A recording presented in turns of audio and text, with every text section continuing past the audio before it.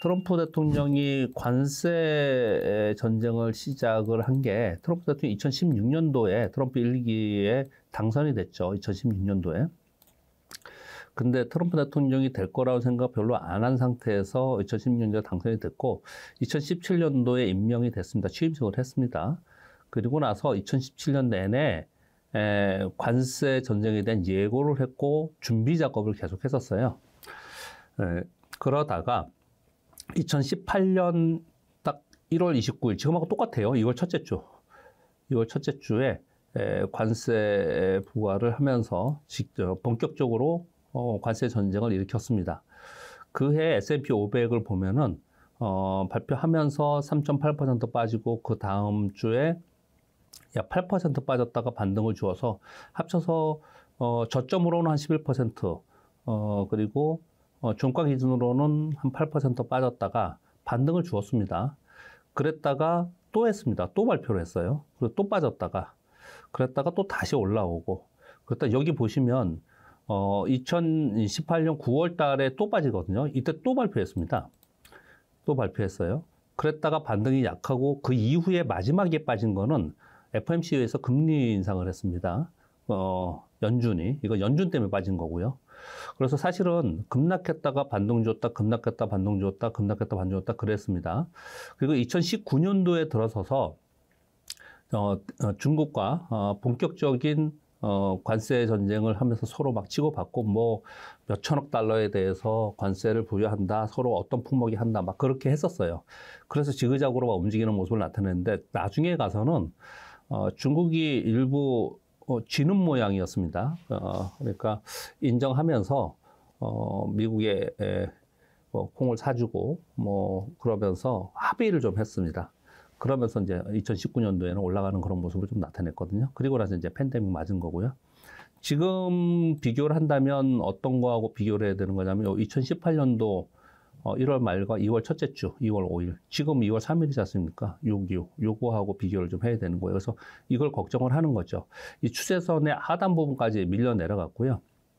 그랬다가 반등을 주었지만 한 3에서 10% 정도 빠질 수 있다라고 생각을 하는 거죠. 그러면 이 시기에 우리는 어땠나? 미국은 빠졌다가 반등 주고 빠졌다 반등 줬고 이런 모습을 좀 나타냈거든요. 이 시기에 우리는 어땠나 생각을 좀 해봐야겠습니다. 우리도 가보겠습니다. 주봉으로 우리 코스피를 2017년도 지나고 나서 2018년도 1월 여기에요. 여기 1월 29일 똑같죠. 한 2% 하락을 했습니다. 그리고 그 다음 주에 미국이 한 10% 빠질 때 우리는 한 6% 빠졌습니다. 상대적으로 좀 덜 빠지긴 했습니다. 빠지긴 했어요. 우리는 빠졌다가 반등은 했지만 이 반등이 약했습니다. 우리는. 반등이 약하고 또다시 2차로 관세전쟁 막 일으키고 그랬을 때 또 밀렸고 그 다음에 또 밀리고 세 번째 할 때도 또 밀리고 그리고 나서 본격적으로 우리 시장은 더 많이 밀린 거는 말에 연준이 금리 인상하면서 긴축 정책을 사용하면서 그 다음에 밀렸습니다. 그래서 우리는 2018년도 1년 내내 좀 안 좋은 그런 상황을 좀 보였습니다. 그리고 2019년도에 미국은 반등을 했죠. 근데 우리 시장은 그 반등은 아직 크지 못하고요. 박스권 정도에 그냥 되고 있다가 하반기에 들어서 다시 상승하는 그런 모습을 좀 나타냈습니다. 그럼 전체적으로 흐름을 보면은 요걸 좀 작게 이렇게 보면은 2018년 요때 관세 전쟁을 시작하고 나서 사실은 꽤 오랜 동안 우리는 추세적으로 하락하는 굉장히 좋지 않은 그런 모습을 나타냈어요. 그래서 지금하고 그때하고 똑같느냐라고 본다면 뭐 과거의 데이터를 보고서 시장은 걱정을 하는 거죠. 항상 똑같이 움직이지는 않죠. 그렇지만 사람들이 주식 투자하는 사람들이 하는 거지 않습니까?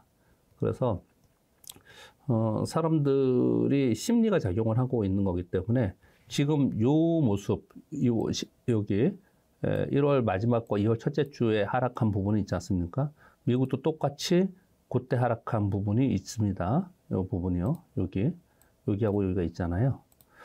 요거를 생각을 해보면, 안 잡히죠? 요거를 생각해 보면, 지금, 요 발표하고 나서 유럽도 아직 그걸 반영을 못했고, 미국도, 지난 금요일 날, 오전에 상승하다가 오후에 이렇게 밀리면서 마감을 한 게 그것 때문에 그랬거든요. 그럼 이것을 반영하면서 미국이 밑으로 좀 떨어질 거고, 그러면 그때하고 비슷하게 본다면 지금 이 20주든 평균선이 추세선이잖아요.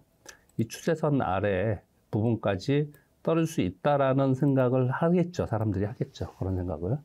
그러니까 S&P 500 기준으로 보면은 6천을 깨고 밑으로 내려가서 밑으로 좀 떨어질 수 있다고 생각을 하는 거죠. 그래서 이걸 확인을 좀 하고 싶어 하는 겁니다.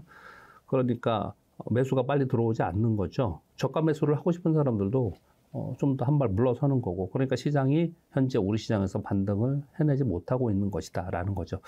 만약에 이제 강한 반등을 줄 수 있는 요인이 있으려면 어떤 게 돼야 되느냐? 지금 이제 원인이 멕시코와 캐나다의 25%, 중국은 10%, 원래 중국하고는 계속 그렇게 할 거라고 생각을 한 거죠. 이제 멕시코하고 캐나다, 특히 요거 끝나고 나서 이제 유럽에 관세 부과를 할 건데요. 이번에 나온 거는 이제 멕시코와 캐나다의 관세 25%를 부과한 건데요. 이들은 관세가 0%였지 않습니까? 거기에 25% 부과함으로써 우방 국가들이잖아요. 이 근접 국가고. 그래서 우리나라의 자동차, 철강, 뭐 이런 것들, 또 중국의 기업들도 엄청나게 많이 캐나다와 특히 멕시코에 가 있는 거죠. 그래서 사실 이 조치로 인해서 미국 자국의 산업, 특히 자동차, 철강, 음식료 이런 데들은 엄청난 피해를 지금 입을 수 있습니다. 그것을 트럼프 대통령도 인정합니다. 고통이 있을 것이라고 생각하면서 결국은 미국의 이익을 위해서 이 고통이 지나고 나면 괜찮을 것이다. 이런 식으로 표현을 지금 하고 있는 상황이에요. 그러니까 참 우리 생각으로 볼 때는 좀 답답하죠.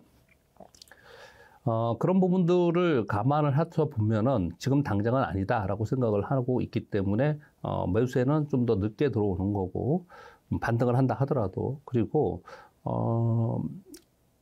우리 시장이 미국이 반영되고 유럽이 반영되는 것보다 지금 주말이 껴 있었잖아요. 그래서 우리 시장이 열린 거지 않습니까? 우리 시장이 먼저 반영을 하는 거예요.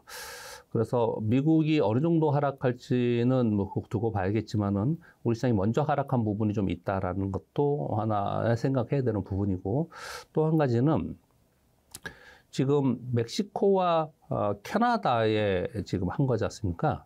근데 멕시코와 캐나다는 중국이나 다른 국가들이 우회해서 제품들이 들어오는 것을 방어하기 위한 뭐 마약류 뭐 이런 것들은 다 핑계인 거고, 그런 것들을 차단하기 위해서 한 것이지 실제로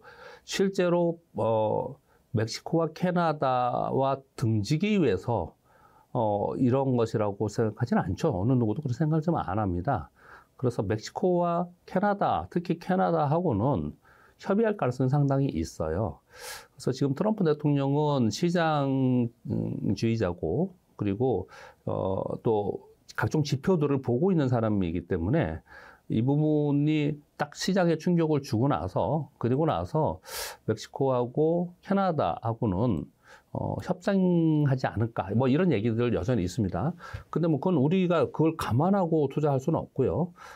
그러나 만일 그런 여지를 보이기 시작을 하면 또 시장은 빠졌다가 또 반등하고 이런 모습을 보일 가능성이 있습니다.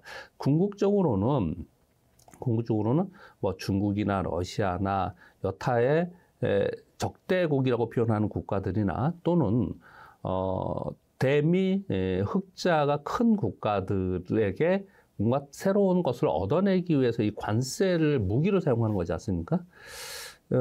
그런 첫 번째에 지금 멕시코하고 캐나다가 되었기 때문에 시장은 상당히 첫 충격을 받는 거다.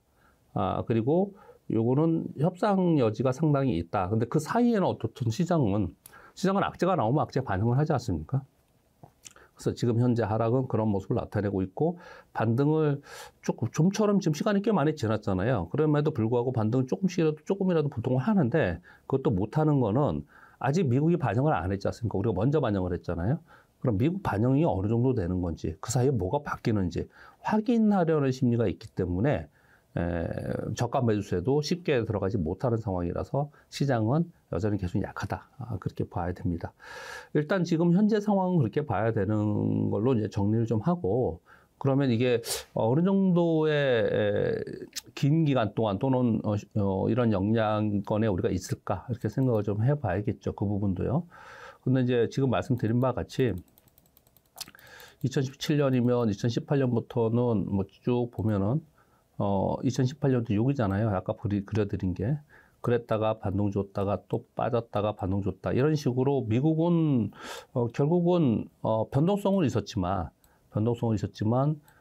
이후에 이제 상승으로 갔습니다. 이건 팬데믹이니까 이건 빠져야 되고 전체적인 상승 추세로 갔어요. 그리고 중간에 이 팬데믹 빼고 시장이 이렇게 좀 빗게 빠진 거 중간에 2022년 이런 거는 기준금리 인상이 때 그랬습니다.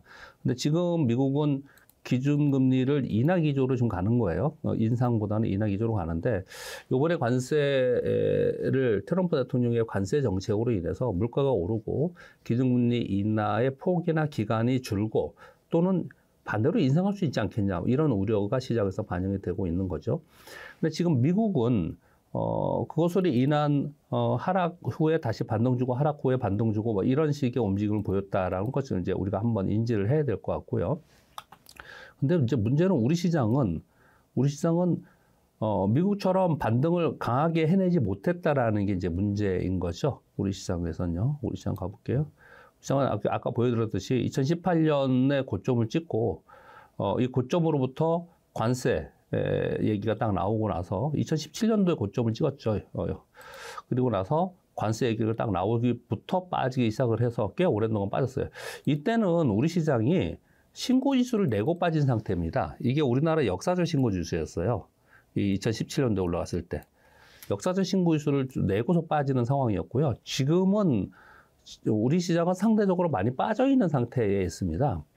그래서 이렇게 추세적으로 하락하는 쪽으로 보여지지는 않고요. 저는 그렇게 보이지는 않고. 지금은 우리 시장은 보면은 이게 계속 빠져있는 상황이잖아요. 곧 요만큼 올라가서 지금 이게 빠진 거잖아요. 그래서 직전 저점을 뭐 깨고 내려간다 이런 리스크까지 우리는 생각은 뭐 도이겠지만 지금 만약에 미국이 계속 추세적으로 만약에 빠진다면 이번에 그런데 이게 대세 하락으로 계속 가는 그런 쪽으로 가느냐로 봤을 때는 우리 시장은 상당히 이미 저평가되어 있는 상황에 있어서 상대적으로 좀 하락은 제한적이지 않을까라고 생각을 합니다. 근데 오늘 같은 경우에는 이제 첫 번째, 주식시장은 항상 첫 번째 맞았을 때 충격이 가장 크잖아요. 그러니까 오늘 이제 전체적으로 다 때려 맞는 그런 상황이 좀 되고 있는 것입니다. 우리 시장 위주로 말씀을 좀 드리면, 먼저 정리해서 말씀을 드리면, 우리 시장은 이런 거잖아요. 그동안에 우리가 계속 같이 뭐 말씀을 나눴던 내용은, 많이 빠져서 저평가되는 거, 오케이, 알았다. 그건 알겠는데, 위로 치고 올라갈 수 있는 상황이 될 수 있느냐.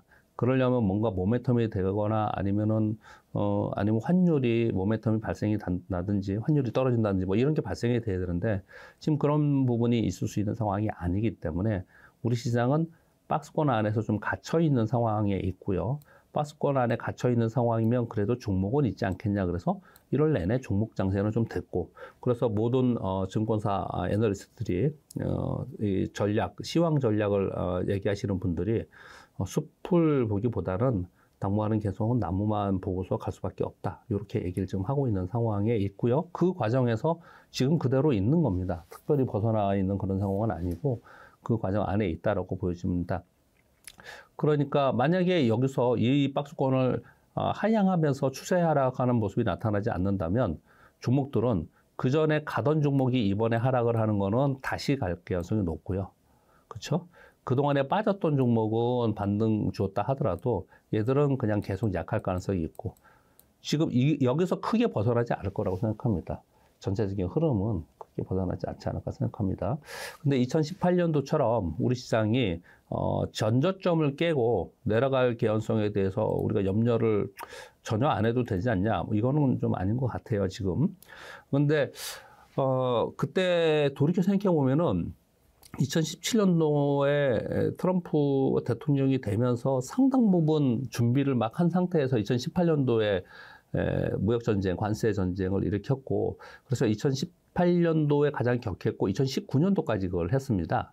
그래서 제가 방송을 하면서, 뭐 미국은 중국에 어떤 품목에 몇 천억 달러치를 관세를 얼마를 부과하고 또 대응해서 중국은 또 어떻게 하고 막 이런 걸 맨날 했던 기억이 나는데 그걸 또 재현하고 있으니까 참 답답하다.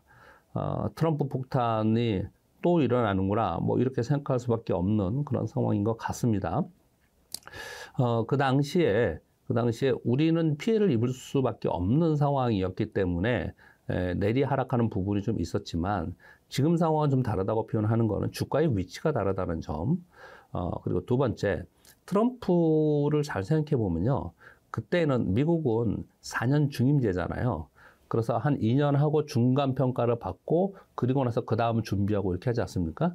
뭐 당연히 4년에 끝날 거라고 생각하지 않았겠죠. 그러니까 1년 준비하고 그 다음에 2018년, 19년도에 하고 마지막에 2020년 들어갔을 때는 팬데믹 때문에 정신도 없었겠지만 소위 뭐 이제 선거 준비해야 되는 거잖아요. 다음 레임덕에 들어가는 거죠. 근데 이번이 끝이에요. 트럼프 대통령이. 그렇지 않습니까? 이번에 두 번째니까. 그리고 내년 말 되면 중간 평가 한단 말이에요. 그러니까 트럼프 입장에서 생각을 해보면, 트럼프 대통령 입장에서 생각해보면, 올해 해야 돼요. 내년에 할 수 있는 상황이 아닙니다. 그래서 올해 이거를 빨리 하려고 훨씬 더 빠르게 진행을 하는 것이기 때문에 2017년이 아닌 2018년도 상황과 지금하고 비교를 해가면서 시장을 바라보는 관점이 있다라고 보여지는 거고 지금 하는 경과 상황도 그렇다는 거예요. 그리고 또 한 가지 다른 점은 그때는 트럼프라는 사람을 처음 대하는 거고 처음 이 사람이 어떻게 하는가에 대해서 시장이 할 때마다 깜짝깜짝 놀랐고 아주 치열하게 싸웠어요. 그런데 이번에는 트럼프 1기를 우리가 전 세계 국가들이 경험을 했습니다. 그래서 상당 부분 대비를 한 것이거든요. 이번에 캐나다와 멕시코에 25% 관세 부과한다고 하니까 몇 시간 만에 곧바로 발표해버리잖아요. 캐나다도 어떤 거 우리는 미국에 보복 관세 매기겠다. 보복 관세하면 우리 100% 하겠다라고 뭐랄까요 경고를 막 함에도 불구하고 바로 그렇게 얘기를 했고 멕시코도 그렇게 얘기를 하고 있고 뭐 세부 항목은 안 나왔지만 중국과 멕시코도 바로 맞대응하겠다 이렇게 지금 얘기를 하잖아요. 그러니까 상당 부분 준비를 해왔다라는 부분이고요. 또 한 가지는 과거에는 중국하고 그렇게 싸웠어요. 중국하고 싸우고 그 다음에 어느 정도 됐을 때 유럽하고 또 많이 싸우고 그랬거든요. 관세 전쟁을 얘기하는 겁니다. 관세를 통해서. 그런데 이번에는 중국이 그때보다 대미 의존도가 상당히 낮아져 있어요. 그러니까 그때보다는 충격파가 그렇게 크지 않을 수 있다는 거예요. 아니 관세를 그리고 대중 견제를 미국이 트럼프 때 하고 바이든 대통령 때 안 했는 자가 아니거든요. 바이든 대통령 때도 엄청나게 중국 대기를 했습니다. 그래서 엄청나게 중국 대기를 한 상태에서 있기 때문에 중국은 계속해서 수출도 다변화시키고 내수 부양을 하고 내부적으로 소위 맷집이 세진 거죠. 그래서 이번엔 다를 거다 얘기를 많이 하는 거고 그래서 그때하고는 다르게 중국이 우회 수출하는 것까지 방어하려고 하기 때문에 트럼프 대통령, 즉 미국의 입장에서 볼 때는 단지 중국만을 때리기는 쉬웠는데 이번에는 훨씬 더 어려울 거고 그 유탄들이 상당히 있을 거라는 걱정을 지금 많이 하고 있는 겁니다. 아마 쉽지 않을 거라고 생각을 하고요. 처음 지금 시작은 이렇게 진행을 하고 굉장히 공격적으로 아마도 진행을 하겠지만 그때 2018년, 2019년보다도 훨씬 더 빠르게 또 합의 또는 합의를 위한 협상도 빠르게 할 가능성도 있어요. 빠르게 때리고 빠르게 할 가능성도 있지 않을까라는 저 개인적인 생각을 좀 해봅니다. 그래서 아주 길게 끌고 가는 그런 부분이 아닐 수 있지 않을까라는 생각도 해봅니다. 다만 시장은 항상 처음 맞을 때 세게 느낍니다. 굉장히 아픔을 느껴요. 그래서 지금 그런 현상이 나타나고 있는 것 같습니다. 지금 현재 우리 상황에서 여기서 전저점을 깨고 내려간다. 그러면은 지금 이제 주봉을 보고 계시는데 이건 월봉이고요. 그 월봉상으로 보면은 그나마 올라갔다 내려갔다 지금 하고 있는 상황이에요. 저점은 한 이 정도인데 이걸 깨고 내려간다 만일 그러면 저 밑에 있는 라인들 우리는 이제 지지와 저항 라인을 굉장히 중요하게 생각합니다. 그러면 이 라인들이 있어요. 이 라인들이 2250포인트 이런 라인들이 있습니다. 그 다음 라인은 2000포인트고 그래요. 근데 이런 것들을 계속 계산하면서 걱정을 하기 시작을 할 거예요. 근데 만약에 간다라도 일시적이지 않을까라고 생각을 하는데 지금 당장 여긴 갈 거니까 아니, 여기 되면 나 사야지. 또는 뭐 지금 거의 간다 하더라도 지금 미리 좀 가격이 많이 떨어진 거 사야지. 이렇게 급하게 움직일 필요는 없지 않을까라고 생각합니다. 이제 처음 시작한 거이기 때문에, 처음 시작된 노이즈이기 때문에 이거 좀 지켜보면서 대응을 하시는 것이 맞지 않을까라고 생각합니다. 지난 그 할리데이 리스크를 말씀을 드리면서 많이 올라온 거는 그래도 현금을 좀 있으면 좋겠다라고 우리 이제 그런 방송을 했죠. 지금 2주 만에 방송을 하는 거지만 혹시 그런 부분이 있는 거를 지금 빠졌다고 또 급히 사고 너무 그러지 마시고 조금 더 지켜보시고, 그리고 가지고 있는 종목이라 하더라도 만에 하나 지금 차트로 볼 때는 2400포인트, 2350포인트 여기 라인인데 직전 저점이 2360포인트거든요. 이런 라인을 깨고 내려가면서 이게 급락을 맞는 상황이 좀 되면은, 그러면 제가 혹시 다음 주에 방송을 하니까 그 사이에도 그런 일이 많은 게 벌어지면은 그동안에 고생시켰던 거 있었던 종목이 있었다면요. 내가 예를 들어서 30포인트 마이너스 난 종목이 있었어. 그러면 50포인트 올라가야 되잖아요. 근데 시장이 같이 빠져버리면은 종목에서 50포인트 올라갈 종목들이 많이 발생할 수 있어요. 그러면 그때는 내가 빠져나올 기회로 좀 삼아야 되지 않을까. 빠져나올 수 있는 기회. 그러니까 변동성을 이용해서 지금보다 더 빨리 올라갈 수 있는 종목으로 해서 복구해서 나올 수 있는 그런 기회도 기다려봐야 되지 않을까라고 생각해요. 지금은 일단은 시장이 악재가 대두가 됐고, 그래서 수급적으로 일시적 꼬임이 발생이 되면, 왜곡 발생이 되면 그럴 수 있다라는 것들을 감안을 하시면 좋지 않을까 이렇게 생각을 좀 합니다. 트럼프 대통령이 캐나다와 멕시코하고 이걸로 인해서 협상을 얼마큼 언제쯤 할 건지 이거에 따라서 달라져 있는데요. 과거로 가보자고요. 과거로 봤을 때 2주간 하락을 했습니다. 깊게 하락을 했을 때도 2주간. 그때는 처음 치명타를 맞았음에도 불구하고 2주간 하락했어요. 자, 다시 가볼게요. 2018년 여기요. 이게 1주, 첫 번째 주고 이게 두 번째 주예요. 그리고 반등을 했습니다. 근데 이번에는 예고를 이미 해놓은 상태고, 그리고 그 부분에 대해서 생각을 각국도 하고 있는 상태입니다. 그리고 트럼프도 이때처럼 그렇게 강하게 하기 쉽지 않을 거라 생각이 많이 듭니다. 지금 빨리 첫 시작할 때 강하게 해야지만 협상이 된다고 생각할 건 같아요. 그 트럼프의 생각을 해보면. 그런데 더 빨리 강하게 하면서 더 빨리 협상도 해야 된다고 생각을 제가 계속 말씀을 드리잖아요. 근데 그 당시에 2주 정도 하락을 했었습니다. 그러면 이제 시작이라고 생각해 본다면, 이제 뭐 오늘 월요일이잖아요. 그러니까 이번 주 내내 빠지는 이런 부분은 아니고, 빠졌다가 반동 줬다가 빠졌다가 반동 줬다 하면서 결국은 다음 주에 연속해서 빠진다라기보다는 이번 주의 변동성이 가장 큰 한 주가 되지 않을까라는 정도로 생각을 합니다.